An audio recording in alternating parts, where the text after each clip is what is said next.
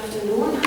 Thank you, Joanna, for having me here. So I'm Alexandrina, Najmowicz, director of the European Civic Forum, who is a network of about more than 100 associations and NGOs across Europe, all over the EU and also extending to the Western Balkan countries. We've been founded 15 years ago in a very difficult context for Europe. If you remember, in 2005, French and Dutch people opposed to the adoption of a constitutional treaty for Europe, and that was not a banal incident, because citizens really felt, whether they have been or not politically manipulated, because inside these countries and all over Europe there has been a lot of tension discussing on European integration issues, but still people had and still have, unfortunately, the impression that decision-making and most at the European level is happening without their participation, almost behind closed doors. So back then the European Civic Forum has been created as a permanent space for civic actors to engage, first to get to know each other, to get to learn from each other's experience how civil society is being developed across Europe, because we see very different models of civil society development. Not only differences between East and West, but also differences between North and South and so on. So over the years we really extended the network, and we created among us this horizontal cooperation to try to understand what are the challenges that each organization is facing in its own context, and then together to try to build up a common narrative and a political vision of what kind of society we want to live in, according of course to each other's areas of work, and then ultimately what kind of European Union we want to contribute to. So that was the main purpose when the Civic Forum was created, to kind of create a space for debate inside civil society, and then put forward proposals in front of the European institutions to try to have an impact on the way EU building processes is being made. Over the years, we of course continued on with this work. We do a lot of advocacy in Brussels. It has been already mentioned, the work on civil dialogue, and we've been trying to put for years and for years and for years the idea that we need really a structured dialogue between the institutions and civil society at all levels, European, national, local, etc. This was one of the main axes of work for European Civic Forum.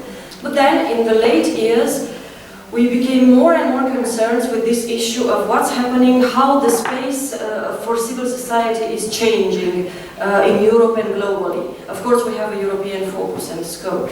And you've been already mentioning this expression, which has become so commonplace in our everyday language, the shrinking civil space.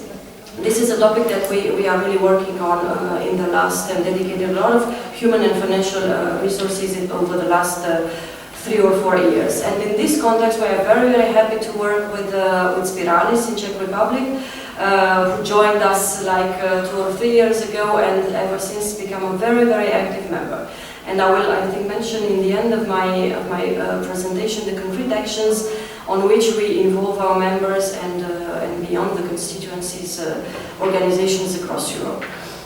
Now, before trying to elaborate a little bit on this concept of shrinking civic space, which I don't really like, because it's the concept like the concept of populism, I think we really need to get into details and define, because the civil space is shrinking for some, but for some is really denied, or they never ever had access to the public space, on one hand, and on the other hand, we must, I think, to understand really the trends, I think we must really look into why, for whom the space is shrinking, and then how civil society responds. So I would first like to put this into a more global perspective of crisis of democracy, I would call it, because we see that indeed over the last decades, 4 decades, at least in the global scene, alongside economic and financial globalization, and then culminating with the financial crisis in 2008,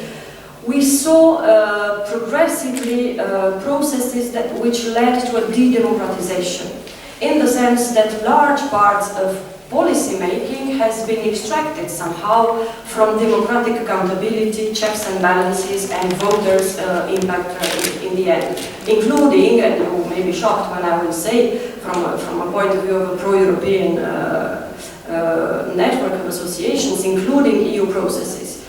So on the one hand, the political level has been decisions that used to be made at the political level have been more and more transferred at a more technical level, what we call multi-level governance in the jargon of global and EU policy making. And these structures, unfortunately, do not allow enough democratic participation, not only in terms of voting and electing leaders who will have a say in those processes, but also in terms of more direct participation of citizens or via civil society organizations. Now, these democratization processes, if we may call them like this, they also led, or in parallel, we see a consolidation of an economic system which is very much based on inequalities and on raising inequalities. And this really puts in our understanding a serious threat to democracy, because people really lose trust in democratic systems as ways to respond to their needs. They feel more and more neglected, first and foremost, by their national, local political leaders, because through the policies they implement, more and more people feel that they are not including and policies do not respond to their needs. And then ultimately civil society is also excluded, organized civil society who is organized to bring proposals, concrete proposals, and to participate in policy processes. Civil society is not so much associated. So, unfortunately, this dissatisfaction with democracy itself, first of all, it happens at the level of the society and more, and the most usual expression of it is, of course, low voting turnout in national or European elections or whatever. But even more dangerously, this dissatisfaction with democracy is now being used by anti-democratic political forces, which are rising all across Europe, both in Eastern Europe and also in Western Europe countries, and they really put a very direct threat to democracy, because they are directly attacking democratic checks and balances, the rule of law, media, and civil society. And so here we come to this topic of shrinking civic space. Now, the important question also is why we are attacked as civil society. I think also because we do make a difference, because all over the years, in different sectors, in different places, under different forms of action, be it human rights organizations working, advocating, defending access to human rights for all, whether providing services for people who are far away from public services or benefiting or working for vulnerable groups, or simply doing advocacy at any kind of level, all these organizations, they came to have an impact at the level of the society, and maybe for this very reason, they are now really in the front line and they are being attacked. So this is also for us, I think, something very important to have in mind, because I think our strength is also in the fact that we really come to make a difference. And also, the way the most repressive government action is, I think it galvanizes also a resistance and reaction from civil society, both at the level of citizens and at the level of the organized civil society. Now, getting to the question, we launched 3 years ago a project we call Civic Space Watch. Is a kind of observatory on what are the current transformations and trends inside civil society across Europe. So we are really watching what are the threats, what forms do they take, and how civil society is responding. Because I think it's very, very important also not only to point difficulties and challenges, but also to better communicate on how strong is sometimes civil society to react, because it's important to build optimism also inside the society. So what we observed over these years, and what is actually really documented by institutional reports, by the reports of the European Union Agency on Fundamental Rights and diverse international bodies like in the UN or Council of Europe, is that really in Europe there are serious trends of shrinking the space for civil society society, and not only in Eastern European countries under the rays of illiberal, anti-democratic and authoritarian regimes. It's really a general trend, and generally, of course, the state actors, governments, state agencies are the first perpetrators, if I may call them like this, identified. And it happens under different forms. We'll not get into the details. We are preparing now a very comprehensive report that we will publish in December to kind of launch this initiative that we have to engage civil society all over Europe. But just to mention a few, they happen usually through the most documented trend is the smear campaigns against civil society. And they may happen in the media, they happen, I think you know it, you experienced it in the Czech Republic very well, you feel it in your own daily activities. And it is really a worrying and a growing trend. Sometimes it goes also through legislation and also with the participation of media, especially in countries where media is captured by the state, and of course the most emblematic cases are Hungary and Poland, but they are not the only ones, and you would be so surprised to see huge media capture problems all across Europe, maybe not that much state capture, but corporate capture by the media, and that's yet another problem to discuss about. But yes, this is really a crucial point. Then we see that who are the actors which are more exposed? There are those who are more political in their activities, because the biggest threats are targeting the political actions of NGOs. Now, of course, inside civil society we say, but all we do is political. Whether we provide services, maybe we are not so vocal in advocating for a kind of societies, but we do it anyway on a daily basis, because through the services we provide, we ensure that access to fundamental rights, that everybody in the society has access to fundamental rights. There are others who are more vocal, but all in all we consider that everything that civil society does, democratic civil society, is in a way a political activity, so we shouldn't be even questioned about our legitimacy and role. And most of it, we do work with citizens and do engage with them, and we do represent them if we want to get also into that category, which is another discussion maybe. Now, of course, you are maybe also in Czech Republic very much familiar with this situation and with this concept. Other trends, which are really very general across Europe, are more and more restrictive legislation, especially against the freedom of assembly.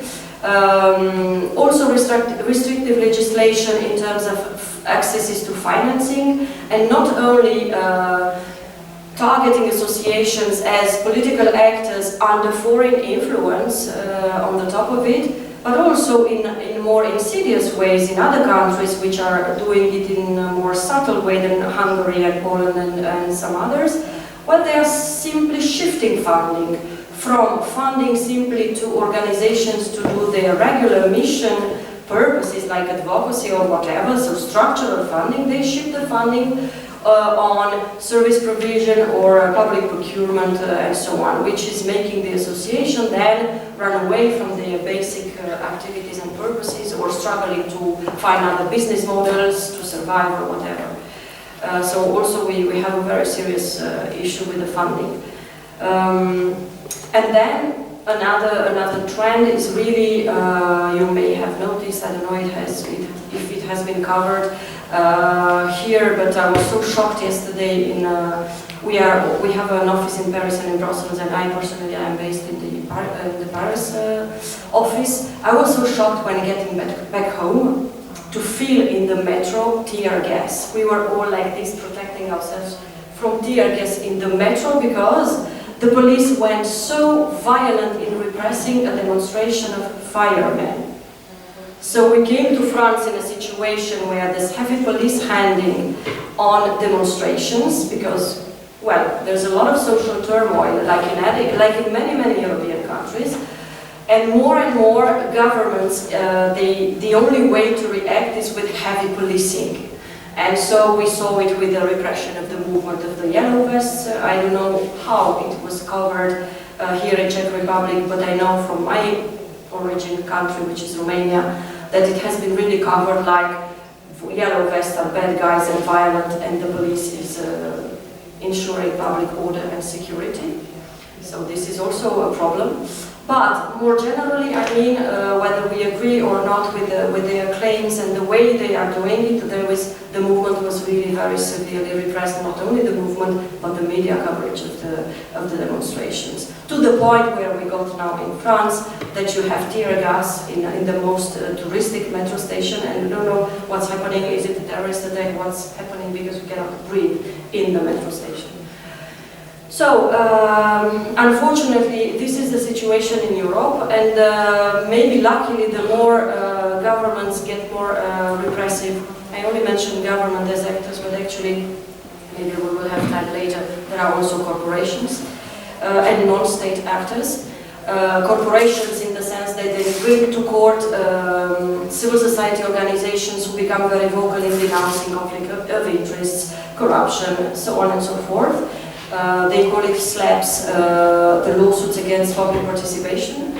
And then we see also the emerge of anti-democratic or anti-rights civil society movements and groups, which are very well organized across Europe, which are driving quite powerful agenda and quite successfully in a few European countries. And of course this poses from the grassroots another serious problem to democracy, which now is threatened both from below and from the top.